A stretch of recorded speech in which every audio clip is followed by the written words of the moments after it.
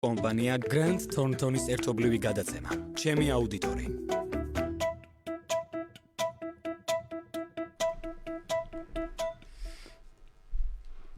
მოგესალმებით, ეთერშია გადაცემა ჩემი აუდიტორი. დღეს არის ოთხშაბათი და ჩვენ ტრადიციულად ყოველ მეორე ოთხშაბათს ხვდებით ერთმანეთს და ვსაუბრობთ საფინანსო ბაზარზე და ზოგადად მიმდინარე პროცესებთან დაკავშირებით ეკონომიკაში, ბიზნესში, სიახლეებზე, რეფორმებზე. დღევანდელ ჩვენი სტუმარი გახლავთ კომპანია აუდიტორული და ბიზნეს საკონსულტაციო კომპანია Grand Thornton-ის მართველი პარტნიორი ვახტანგ ცაბაძე და ჩვენ შევეცდებით რომ იმ ძირითად და აქტუალურ თემებზე, რაც მიმდინარე წლის განმავლობაში არის მნიშვნელოვანი და წლის ბოლო არის მოახლოებული და ნელ-ნელა უკვე იწყება შეჯამებები, ჩვენ სწორედ აი ამ გადაცემის განმავლობაში ვისაუბროთ ერთად. მოგესალმებით, დიდი მადლობა მობრძანებისთვის, ბატონო ვახტანგ პირველ რიგში. მოგესალმებით, მადლობა მოწვევისთვის, მოგესალმებით თქვენს მსმენელებს. კი ბატონო, და დავიწყოთ საუბარი, მოდით რახან შეჯამება ვახსენე. თქვათ, როგორი იყო 2019 წელი თავდაპირველად აუდიტორული კომპანიებისთვის, თქვენი კომპანიისთვისაც მათ შორის რა იყო და ძირითადი გამოწვევები მიმდინარე წელს და როგორ ფიქრობთ უკვე დასრულდა თითქმის წელი, რამდენად გაართვით თქვენ და ბაზარმაც აი ამ გამოწვევებს თავი. კი ბატონო. როგორც ერთ-ერთ წინა გადაცემაში თქვენთან თავის დროზე 2018 წელს ვამბობდით, მოლოდინი გქონდა, რომ ბაზარი გაიზრდებოდა კიდევ უფრო და რეალურად ასეც მოხდა. 2019 წელს კიდევ უფრო გაიზარდა ბაზარი 18 წელთან შედარებით. 18 წელი პირველი იყო, როდესაც პირველი მეორე კატეგორიის საწარმოებს უწევდათ აუდიტორებული ანგარიშგების წარდგენა ზედამხედველობის სამსახურში სარასში. 19 წელს ეს მოთხოვნა უკვე უფრო ბევრად მეტი კომპანიისთვის გახდა აქტუალური, ასევე აქტუალური გახდა არა მხოლოდ აუდიტი, არამედ ცოტა შედარებით მცირე კომპანიებისათვის უკვე ფინანსური ანგარიშგების კომპილაციაც, ანუ ფინანსური ანგარიშგების მომზადება და წარდგენა და ამანაც რეალურად გაზარდა ბაზარი. საბოლოო ჯამში ახლა მთლიანი მონაცემები, რა თქმა უნდა, ჯერ არ არის წლის და ვერ ვიტყვი ზუსტად რამდენად გაიზარდა ბაზარი, თუმცა მე შემიძლია ვთქვა ჩვენი კომპანიის გადმოსახედიდან, ჩვენი კომპანიის შედეგები უკვე პრაქტიკულად ვიცით. ვარაუდობთ, რომ მინიმუმ 40%-იანი ზრდა გვექნება შარშანდელთან შედარებით წელს ჩვენ კომპანიას შემოსავლების მიხედვით. საკმაოდ მნიშვნელოვანი ზრდა არის, ანუ ამის გაცვლა გქონდათ მოლოდინი? მართალი რომ ვთქვათ, ბიუჯეტირებულზე მეტი გვაქვს შემოსავალი, ანუ ჩვენი წლევანდელი შედეგები ჩვენ დაგეგმილზე უფრო მეტი არის. ვფიქრობ, იგივე შედეგები ექნებათ კონკურენტებსაც, კოლეგებსაც, ანუ ზრდა ექნება ყველა დიდ მსხვილ აუდიტორ. და ეს სწორედ აი ამ რეფორმის ხარჯზე უფრო თუ კიდევ სხვა ფაქტორებმაც იმოქმედა? აშკარად არის რეფორმის დიდი წვლილი ამაში, იმიტომ რომ ფაქტია, რომ ბევრი ის კომპანია, რომელიც დღეს აკეთებს აუდიტს თუ ამზადებს ფინანსურ ანგარიშგებას, ამ რეფორმის არარსებობის პირობებში ამას არ გააკეთებდნენ. თუმცა გარდა ამ რეფორმისა, რა თქმა უნდა, ჩვენი, ასე ვთქვათ, დამსახურებაც არის ჩვენი საქმიანობის, ჩვენი კმაყოფილი კლიენტების შედეგიც არის ეს მარკეტინგის, თქვენთან თანამშრომლობის შედეგიც არის ნაწილობრივ დარწმუნებული ვარ, ამიტომ მადლობა თქვენს, ეს რაც მთელი წლის განმავლობაში თქვენთან გქონდა ეს თანამშრომლობის ასეთი ფორმატი, დარწმუნებული ვარ, ესაც ხელს უწყობდა ჩვენი კომპანიის შესახებ ცნობადობის ამაღლებას და ესაც დაეხმარა ჩვენი ბიუჯეტის გადაჭარბებას. და თქვენ საკმაოდ აქტიური წელი გქონდათ არა მხოლოდ დედაქალაქში, არამედ რეგიონებშიც, რამდენიმე ესეთი გასვლითი, მათ შორის კონფერენცია, შეხვედრა და საზღვრების გარეთაც, აი ბოლო პერიოდშიც იყო და წლის ბოლო უფრო ნაყოფიერათაც სრულდება, შეიძლება ვთქვათ, რომ მომავალ კვირაში ხო თუ ზუსტად ვიცი, უკვე პირველი რეგიონული ფილიალი გაიხსნება. 20 დეკემბერს ხსნით ფილიალს ბათუმში. ამის შესახებ საბოლოო გადაწყვეტილება მივიღეთ მიიღეთ ზუსტად ბათუმში ჩატარებული რეგიონული კონფერენციის შემდეგ, როდესაც 15-მდე ქვეყნის Grand Thornton-ის წევრი კომპანიების რეგიონული კონფერენცია ჩავატარეთ ბათუმში. მანამდეც ვფიქრობდით ბათუმში ფილიალის გახსნაზე, თუმცა იქ უკვე პარტნიორების ჩამოსვლამაც და მათ ადგილზე სიტუაციის გაცნობამაც დააჩქარა ეს საკითხი და გადავწყვიტეთ, რომ აუცილებლად გაგვეხსნა 2019 წლის ბოლომდე ფილიალი ბათუმში და 20 დეკემბერს გვექნება ბათუმში ფილიალის გახსნის ცერემონია. კი ბატონო, აქ შევჩერდეთ რამდენიმე წუთი ჩვენთან რეკლამის დროა და გადაცემა ჩემი აუდიტორი დაბრუნდება ეთერში, ასე რომ დაგველოდეთ. ჩემი აუდიტორი. რეკლამა რადიო კომერსანტზე. კრისტალში საახალწლო გზავნილებზე საჩუქრებია. მიიღი ან გააგზავნე თანხა ნებისმიერი მიმართულებით და ჩაერთი აქციაში. ისარგებლე საუკეთესო სავალუტო კურსით. მოხვდი ყოველდღე 5 გამარჯვებულ შორის. დააგროვე ყველაზე მეტი გზავნილის თანხა 3 თვის განმავლობაში და მიიღე 500 ან 1000 ლარიანი ფულადი საჩუქრები. დეტალური ინფორმაციისთვის მიმართეთ კრისტალის ნებისმიერ ფილიალს ან დაგვიკავშირდით 032 2 02 20 20. შეარჩიეთ ავეჯი და სახლის აქსესუარები მაღაზიაში ლაბორატორია ჩემი სახლი. ისარგებლეთ 25-დან 70%-მდე ფასდაკლებით და დამატებით მიიღეთ 100 ლარიანი სასაჩუქრე ბარათი ყოველ 1000 ლარიან შენაძენზე. ლაბორატორია ჩემი სახლი. აღმაშენებლის ხეივანი მე-12 კილომეტრი. აიღე ლიდერ კარტი მარტივად მთელი საქართველოს მასშტაბით და მიიღე 10%-იანი ფასდაკლება ყველგან და ყველაფერზე, მათ შორის საახალწლო საჩუქრებზე, კინოს ბილეთებზე, გართობაზე, დასვენებაზე, საწვავზე, ზამთრის და ზაფხულის საბურავებზე, მოკლედ ყველაფერზე. ლიდერ კარტი, თქვენი საოცრებო ბარათი. ეუფორბიუმი ცხვირის ნაზალური სპრეი გაციების დროს. გამოიყენება ცხვირის წემინების, გაჭედილობისას, რინიტის და რინორიას დროს. ეუფორბიუმის სამმაგი მოქმედება აღადგენს ლორწოვანს, იცავს ორგანიზმს ვირუსებისგან, აძლიერებს იმუნიტეტს. ხანგრძლივი გამოყენება არ იწვევს შეჩვევას, უსაფრთხოა 2 წლიდან ბავშვებში, ორსულობისა და ლაქტაციის პერიოდში. ეუფორბიუმი კურნალობს არამხოლოდ სიმპტომებს, არამედ მის გამომწვევ მიზეზებსაც. არ აქვს უკუჩვენებები, დამზადებულია გერმანიაში. იკითხეთ ნებისმიერ აფთიაქში. რეკლამა რადიო კომერსანტზე. რადიო კომერსანტისა და აუდიტორული და ბიზნეს საკონსულტაციო კომპანია Grand Thornton-ის ერთობლივი გადაცემა. ჩემი აუდიტორი.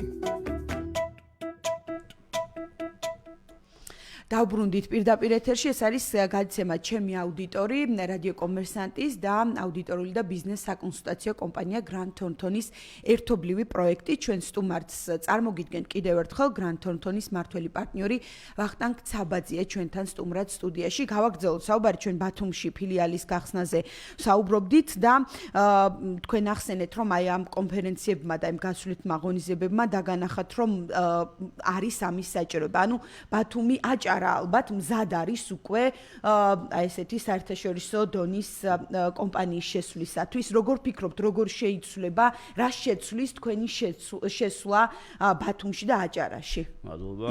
კი ბატონო, რა თქმა უნდა, ვფიქრობთ, რომ აჭარაში უკვე არის სიტუაცია იმისთვის მზად, რომ ჩვენი მომსახურებებით შევიდეთ აჭარის რეგიონში. ჯერ ოფისი გახსნილი არ გვაქვს და იმასაც გეტყვით, რომ რამოდენიმე კლიენტი უკვე ყავს ეფექტიურად. საწყის ეტაპზე იქ დავიწყებთ მომსახურებას აუთსორსის კლიენტებისთვის, ანუ ბუღალტრული მომსახურებებით, რაც უფრო ვფიქრობთ, რომ ადგილზე საჭირო არის.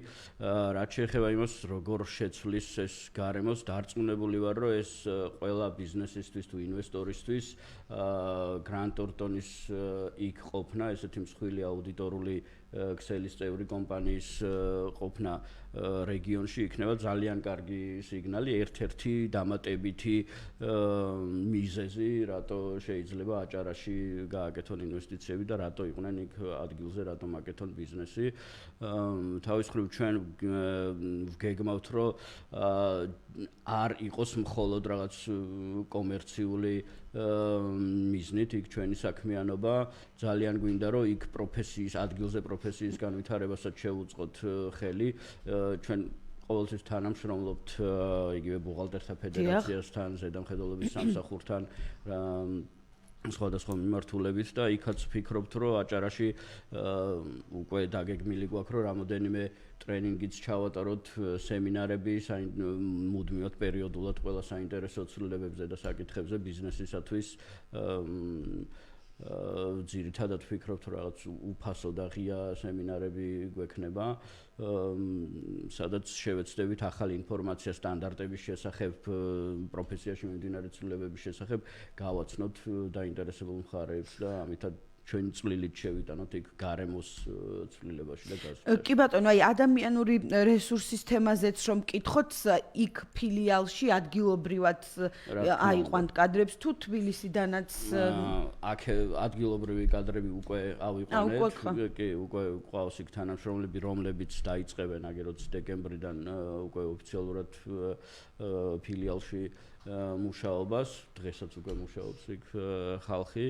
თბილისიდან რა თქმა უნდა ცენტრალიზებულად მართვა მოხდება და ხარისხის კონტროლი და ხელმძღვანელობა იქაური ფილიალის, თუმცა ადგილზე საქმეს გააკეთებენ ადგილობრივი ხალხი, ადგილობრივი პერსონალი.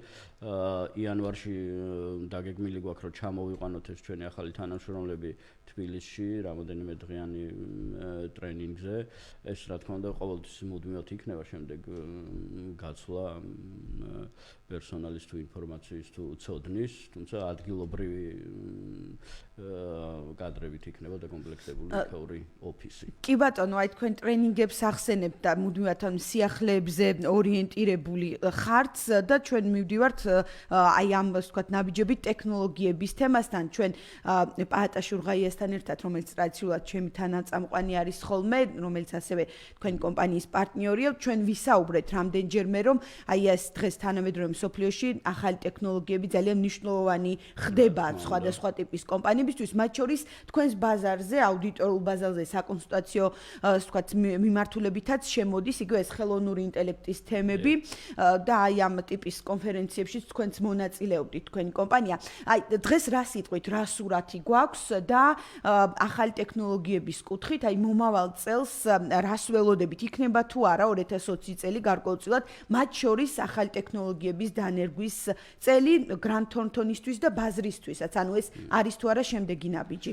რა თქმა უნდა, ჩვენ ვფიქრობთ, რომ და ცხადია, რომ დღესდღეობით მსოფლიო ისე იცვლება, რომ ტექნოლოგიები არის უმნიშვნელოვანესი და ტექნოლოგიის გარეშე კომპანიის განვითარება ძალიან რთულად წარმოსადგენი არის, ჩვენი პროფესიაც იცვლება და ერთ-ერთი ალბათ ის პროფესია, რომელსაც ეს ხელოვნური ინტელექტი და ტექნოლოგიები მნიშვნელოვნად შეცვლის, ვფიქრობ, იქნება ზუსტად აუდიტი და ბუღალტრული მომსახურებები, ამიტომ სანამ გარემო ისე შეცვლილა, რომ ჩვენი ადგილი იქ ვერ ვიპოვოთ, საჭიროა, რომ ჩვენ ამ გარემოს მოვერგოთ და უფრო წინასწარ გადავდგათ რაღაც ნაბიჯები, ამიტომ ჩვენ ეხლა გრანდ თორნტონში არა მარტო საქართველოში რეგიონალური მასშტაბით ვფიქრობთ ახალი ტექნოლოგიების დანერგვაზე, იგივე აუთსორსის მიმართულებით.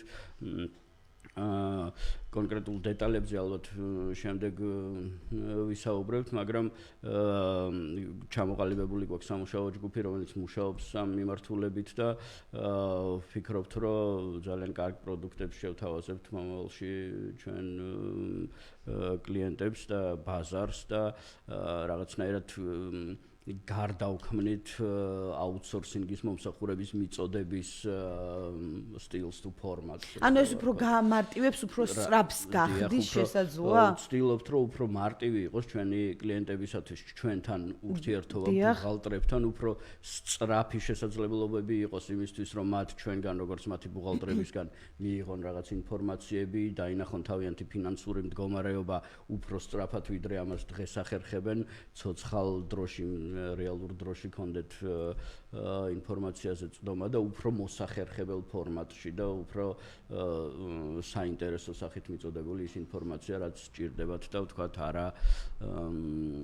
არა მხოლოდ რაღაც დეტალური ესეთი ცხრილები Excel-ში მაგალითად. ანუ ეს უკვე დაწყებულია ეს პროცესი და მომავალ წელს გარკვეულწილად რაღაცა შედეგობრივად შეგვიძლია მე შემდეგ ვისაუბროთ. პირველ ნახევარში გვექნება რაღაც ახალი ამბები ამ მიმართულებით. კი ბატონო, აუცილებლად დავინტერესდებით ამ თემით და მოდით ახლა ბაზარსაც შევეხოთ თლიანობაში 2019 წელი ვიტყოდი რომ ბევრი სიახლე და რეფორმა იყო მათ შორის ერთ-ერთი ყველაზე მნიშვნელოვანი საპენსიო რეფორმა რომლის შეფასება და რამდენად თქვათ დადებითი ან უარყოფითი არ წყდება მიუხედავად იმისა რომ აგერ უკვე 1 წელიც გადის რაც უკვე მუშაობს ეს დაგროვებითი საპენსიო სისტემა ჩვენს ქვეყანაში და სულ რამდენიმე დღის წინ მისმა ხელმძღვანელმა განაცხადა რომ მიანვრიდან სავარაუდოდ ის დატოვებს აი ამ პოსტს თანამდებობას რა სიტყვით აი ამ 1 წელზე რაც გავიარეთ დაგროვებითი საპენსიო სისტემის ფარგლებში რამდენად ასე ვთქვათ ის იმედები არ ვიცი ამართლებს რამდენად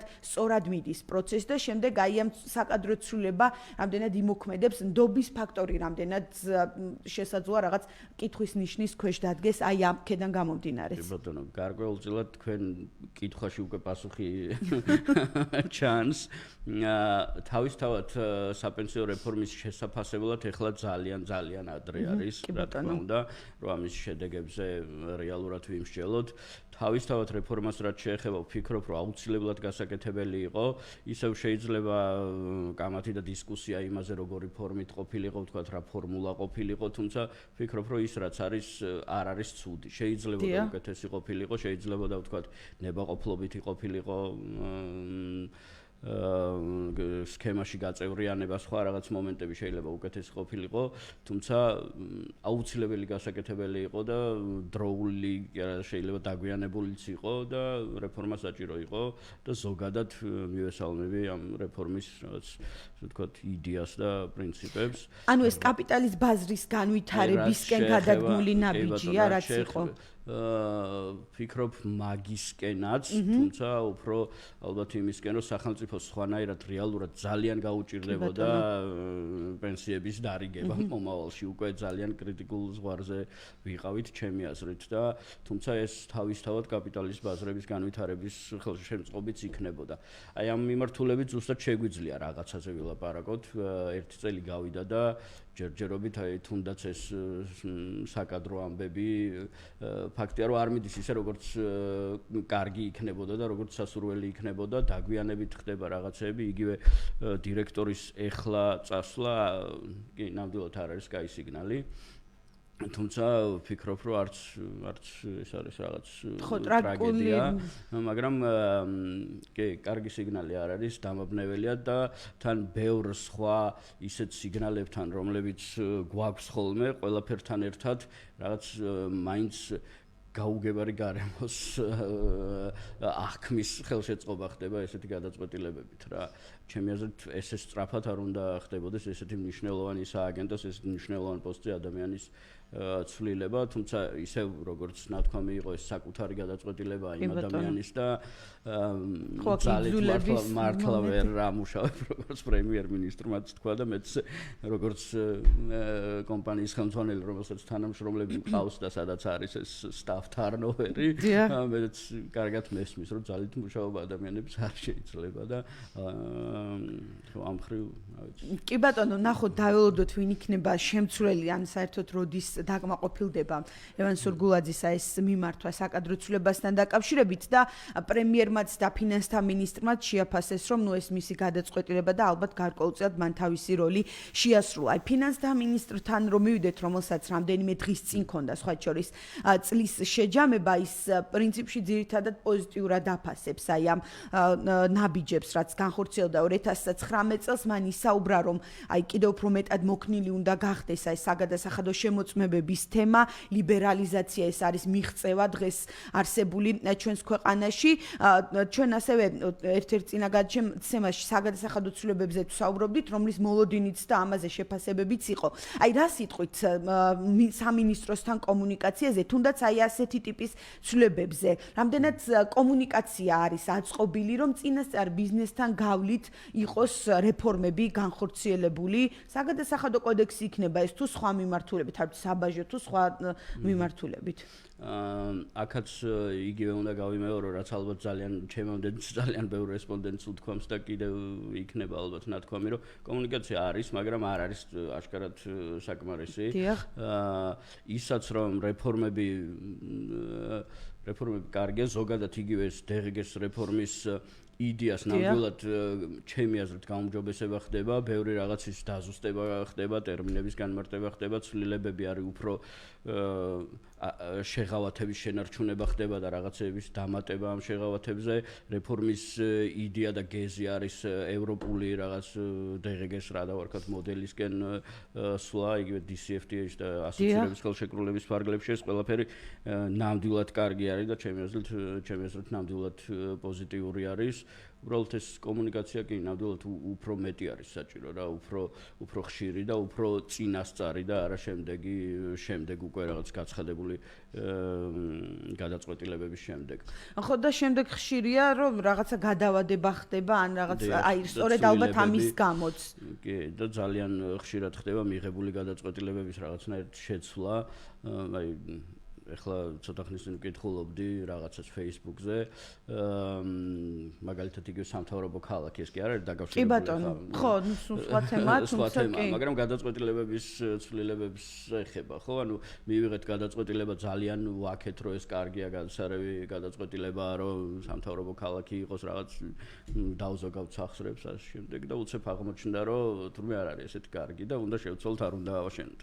ანუ თანმიმდევრულობაც და რაღაცა ხო აშკარად კი ბატონო, მოკლედ ნახოთ ამ თემაზე მუდმივად აი ახალმა პრემიერმაც არაერთხელ თქვა რომ მისთვის მნიშვნელოვანი და მთავარია რომ ბიზნეს კონდეს კომფორტი დღეს ბაზარზე ოპერირების და საქმიანობის. ნახოთ რა იქნება 2020 წელს. ჩვენთან არის კიდევ ერთი სარეკლამო ჭრის დრო და გადაცემა ჩემი აუდიტორი რამდენიმე წუთში დაბრუნდება ეთერში, დაგველოდეთ. ჩემი აუდიტორი.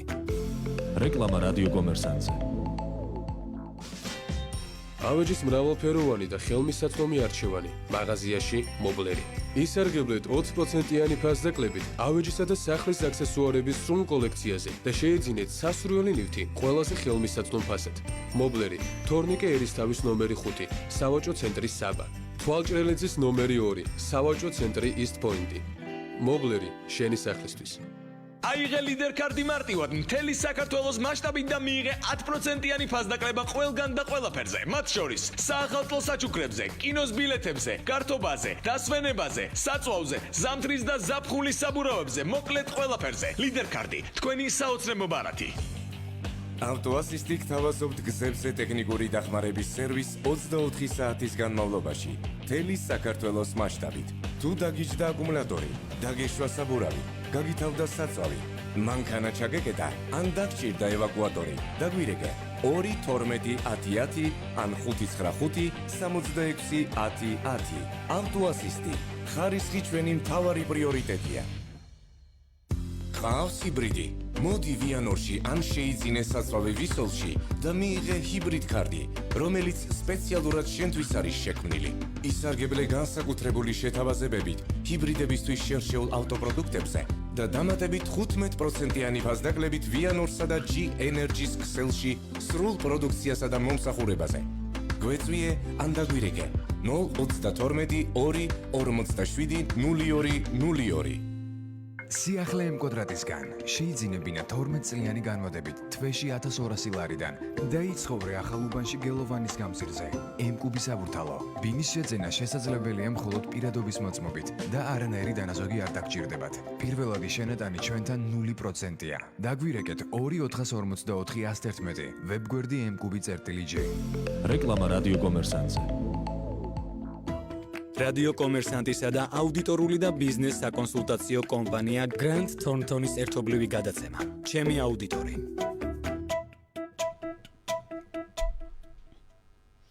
დავბრუნდით პირდაპირ ეთერში, ეს არის გადაცემა ჩემი აუდიტორი. ჩვენ დღეს ვაჯამებთ ერთგვარად მიმდინარე წელს განხორციელებულ მნიშვნელოვან რეფორმებს და პროცესებს, რა ხდება საფინანსო ბაზარზე. ვახტანგ ცაბაძე, Grant Thornton-ის მართველი პარტნიორი გსტუმრობს. გავაგრძელოთ ერთგვარად შეჯამებისკენ, რომ წავიდეთ 2019 წელს, ასევე მნიშვნელოვანი იყო რეიტინგები Forbes-თან. ეს უნდა ვახსენოთ, ჩვენ ადრეც ვისაუბრეთ ამ თემაზე, თუმცა ბოლო პერიოდში ორი ვთქვათ, მსხვილი რეიტინგიც გამოქვეყნდა თქვენი და Forbes-ის თანამშრომლობით, ეს გახდათ სამშენებლო კომპანიები და საცალო ვაჭრობის სფერო. რომ გითხრათ ამ რეიტინგებთან დაკავშირებით, როგორი არის შედეგები, რამდენად გაგიკვირდათ, რა სურათი მივიღეთ შედეგად აი ამ რეიტინგებისა? კი ბატონო, მე მგონი ძალიან საინტერესო თანამშრომლობა გვაქვს Forbes-თანაც. ეს რეიტინგები ძალიან დიდ ინტერესს იწვევს პირველივე რეიტინგის შემდეგ ის კლიენტები და კომპანიები ვინც ამ რეიტინგში მოხვდნენ დაგვიკავშირდნენ ზოგი კითხულობდა რატომ არ მოხვდა რეიტინგში თუმცა ეს რეიტინგები ეფუძნება გამოქვეყნებულ ინფორმაციას ამდენად წელს უკვე უფრო მეტი კომპანიის შესახებ ქონდა ინფორმაცია ისევ ესაც კავშირშია იმ აღრიცხვისა და აუდიტის რეფორმასთან და შესაძლებელი გახდა რეალურად ესეთ რეიტინგების წარმოება, მხოლოდ იმის მერე, რაც ანგარიშგებები ღია არის. რაც შეეხება თავად ხო შინაარს რეიტინგების პრინციპში ვფიქრობ, რომ რეიტინგებში რამე ისეთი დიდი სურპრიზები არ არის, ანუ ის კომპანიები, რომლებიც საკუთარ, ვთქვათ, სექტორებში ისედაც ჩანან და ვიცით, რომ ლიდერები არიან, დაახლოებით მაინც იგივე სურათს ასახავს რეალურად ეს რეიტინგებიც. თავად სექტორების ბრუნვის მაჩვენებლებიც, ანუ დაახლოებით ისეთი იყო, რაც ალბათ შეიძლება წარმოვიდგინოთ. აი ბრუნვის მაჩვენებლების წარმოდგენა უფრო რთული იყო, როცა არ არსებობდა ღია ფინანსური ინფორმაცია.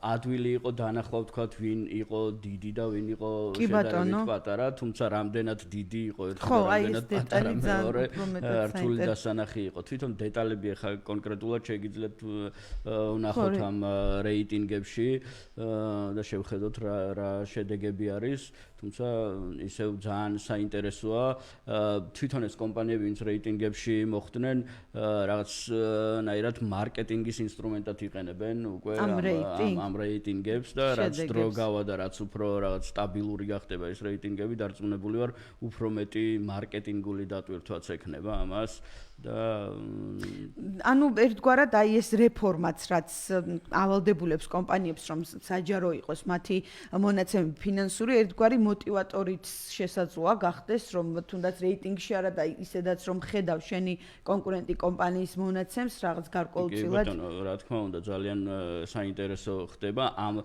ეს არის ერთ-ერთი ვთქვათ დადებითი შედეგი ამ რეფორმის გარდა იმისა რომ ვთქვათ ინვესტორებს აქვთ ღია უფრო მეტად ღია ხელმისაწვდომი ინფორმაცია კომპანიების საქმიანობაზე, მათ შედეგებზე, მათ ფინანსურ მდგომარეობაზე.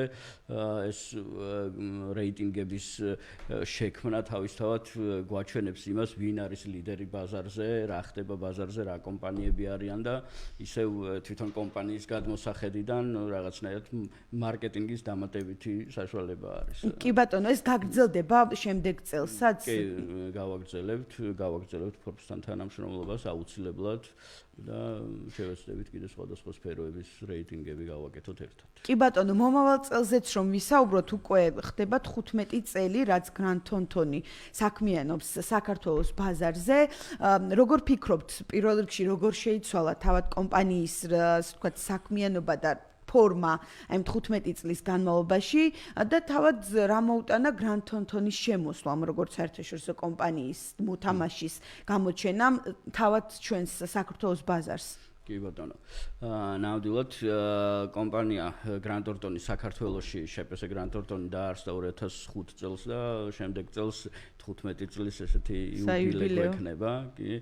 კომპანია რა თქმა უნდა ძალიან მნიშვნელოვნად შეიცვალა, მას მერე ისევე როგორც ზოგადად ჩვენ გარემო ეკონომიკა მთლიანად ქვეყანა და ჩვენი პროფესია, ჩვენი ბაზარი 2005 წელს კომპანიამ დაიწყო, მე მგონი 5 თანამშრომლით და რაღაც ძალიან პატარა ოფისით, იმის შემდეგ მე რაც ვიცი, მესამე ოფისი არის, შეიძლება მეოთხეც, თუმცა წინა წლებში ახლა ეს ზუსტად არ მახსოვს. გაფართოების მუდმივად ფართოვდებოდით, დღეს დღევანდელი ოფისი 60 თანამშრომელია თბილისში.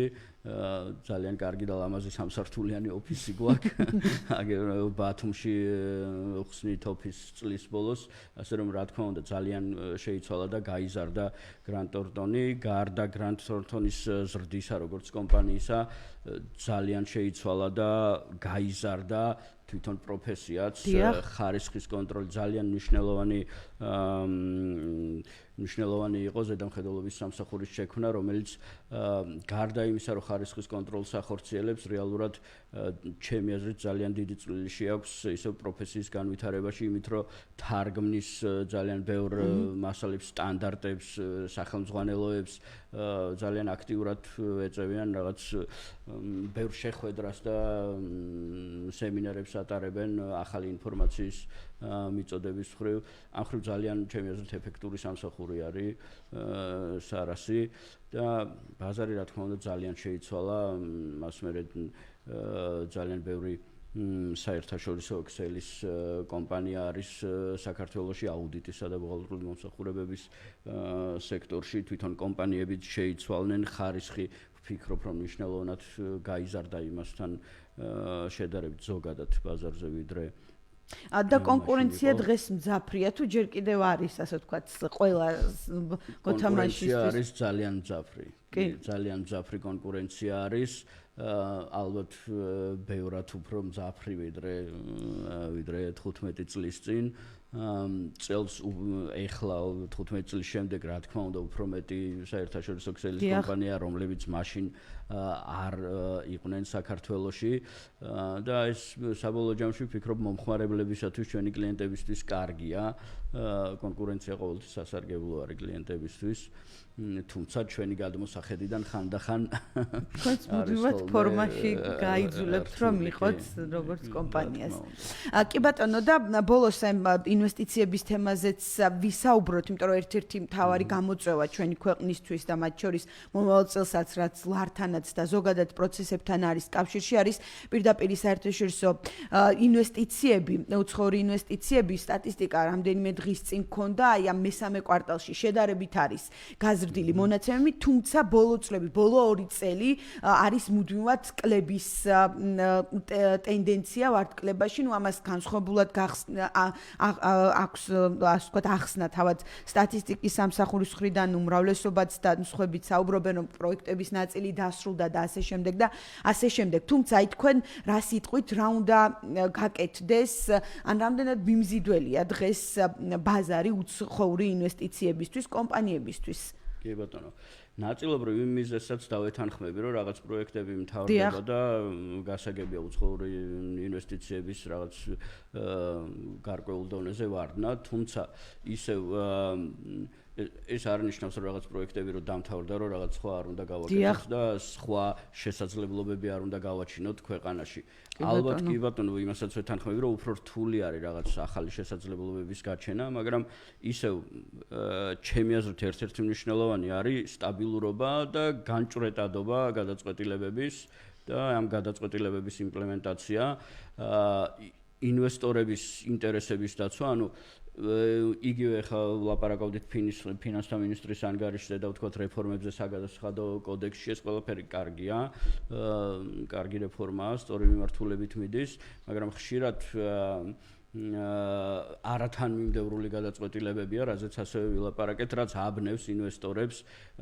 ზოგჯერ ისეთი ამბები ხდება, რომ ინვესტორის ინტერესების დაცვა ძალიან საეჭვო ხდება ხოლმე, მაგალითად რაც პანკისის ხეობაში მოხდა, ჩემი აზრით ძალიან ცუდი მაგალითი არის ნებისმიერი ინვესტორისათვის, რომ გადაწყვეტილი, შეთანხმებული, დაწყებული პროექტი ესე შეიძლება დამთავრდეს რაღაც აქ აუცილებელი იყო სახელმწიფოს მხრიდან ინვესტორის მხარდაჭერა. თუ ამის პროგნოზს ვერ ვაკეთებთ, რა ესეთ მხარდაჭერას უზრუნველყოფთ ინვესტორისათვის, მაშინ თავიდანვე არ უნდა მივცეთ უფლება ჰესის აშენების იქ, სადაც მე ვერ დავიცავთ ამ ჰესის აშენებას. ძალიან მარტივია მე მგონი და ეს ინვესტორებისათვის ძალიან ცუდი სიგნალი არის. ასევე, რა თქმა უნდა, რაღაც გადაწყვეტილებების არათანმიმდევრულება და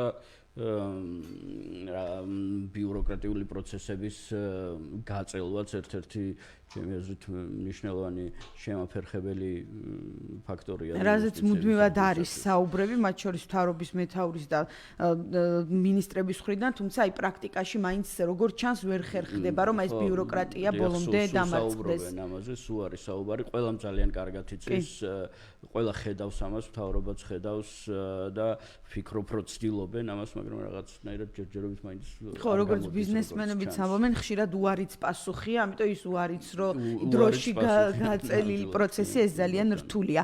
მომავალი წელი გვაქვს საარჩევნო წელი, რაღაც ციკლი არ სრულდება ჩვენთან, ეს კიდევ უფრო მეტად ალბათ რაღაც სიფრთხილე იქნება ინვესტორებისთვის. ტრადიციულად არჩევნები ესეთი პერიოდია ხოლმე, თუმცა ვფიქრობ ეს რაღაც არ იქნება მაინც გრძელვადიანი. კი, არჩევნები არის ტრადიციულად შემაფერხებელი, იმიტომ რომ ფიქრობენ ინვესტორები რა იქნება მომავალში, შევხედოთ. კი ბატონო და ბოლოს გრანდ თონთონის 2020 წლის გეგმებზეც კითხავთ, რეგიონში გადიხართ ბათუმის ფილიალით, გაგრძელდება განვითარება რეგიონებში თუ აქცენტებს გააკეთებთ უფრო აი ამ არსებულის ჯერჯერობით რა თქმა უნდა ძირითადი აქცენტი ისევ არსებულზე გვექნება და ბათუმის განვითარებაზე, ბათუმის ფილიალის განვითარებაზე. ერთი წელი ალბათ არ არის საკმარისი დრო, რომ სხვა ფილიალის გახსნაზე ვიფიქროთ ჯერჯერობით, თუმცა მომავალში რატომაც არა. ალბათ არა მომავალში. წარმატებებს გისურვებთ, დიდი მადლობა სტუმრობისთვის, ტრადიციულად ძალიან საინტერესო საუბრისთვის.